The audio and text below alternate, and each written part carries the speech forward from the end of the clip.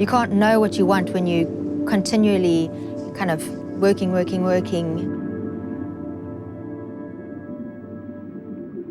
You need to slow down. Start with a hobby and see where it leads you.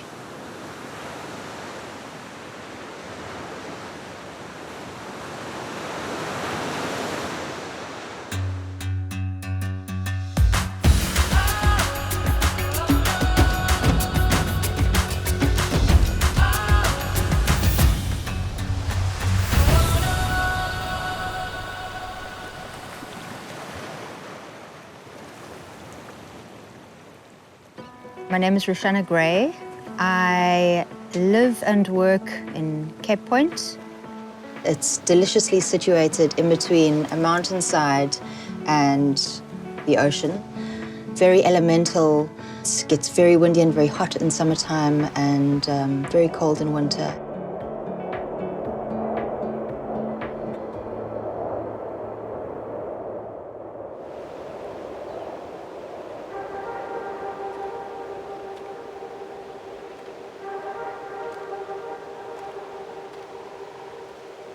I would say I was floating. I was first working in retail, and then after that I was working quite extensively in the food industry, traveling from my home, which was a box, in a little car, which was a box, to a little office, which was a box. But really it was counting down the hours until the job was over, and then my life would begin. That wasn't living for me.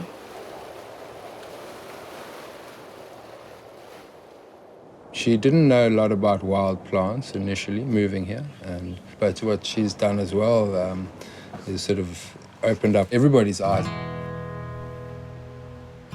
It all started with growing vegetables in my garden. Until a Japanese cyclist came to visit.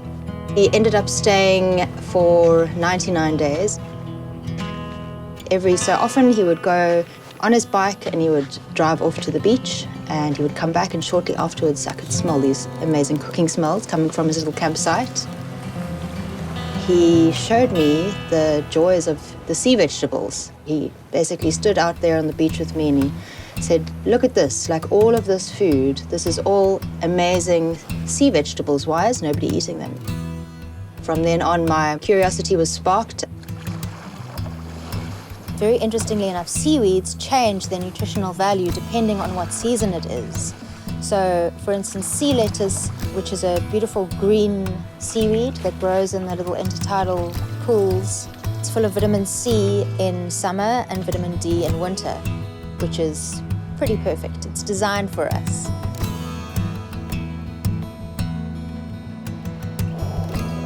My interest in learning more of kind of tracking the edible landscape grew to such an extent that I couldn't keep it to myself anymore. When I first started, everybody thought I was completely crazy, and how could you possibly earn a living from going and collecting your food from the wild and showing people how to eat these weeds and things? And that's how the workshops were born.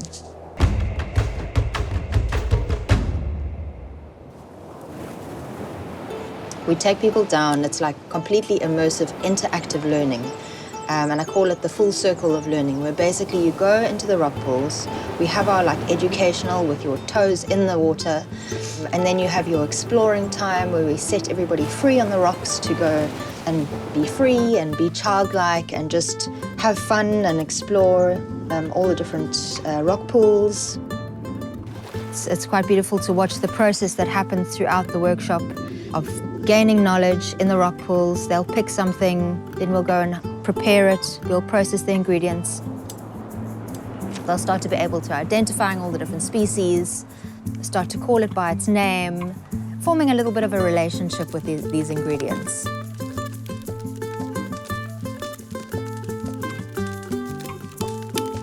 Take something that looks rather awful at first and you don't ever consider eating it, and to transform it into something that is just so mouthwatering and really so healthy. That was for me just a turning point. I basically learned everything I know from Roushanna. I'd studied to be a chef, and so it made so much sense to find a way to utilize ingredients from the wild, from my backyard. Alikrekkel, which is a herbivorous sea snail, was boiled in seawater, minced and mixed with nasturtium mayonnaise, sesame oil, red onions, herbs, and they were served up straight in their shells. Using the soft seaweeds like sea lettuce and rack that you can eat raw, we made sushi and decorated them with edible flowers. And then sitting down at the table with all this beautiful food that everybody has harvested and created into beautiful dishes, then it's like it's a magical moment of sitting down and appreciating everything and then enjoying it together.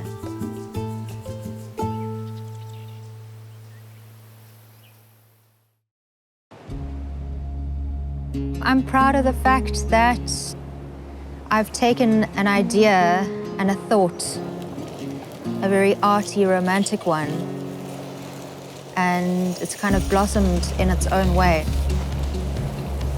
Kind of changed my outlook on life. Don't not do something and then regret it. What's the worst that can happen? Spread your wings.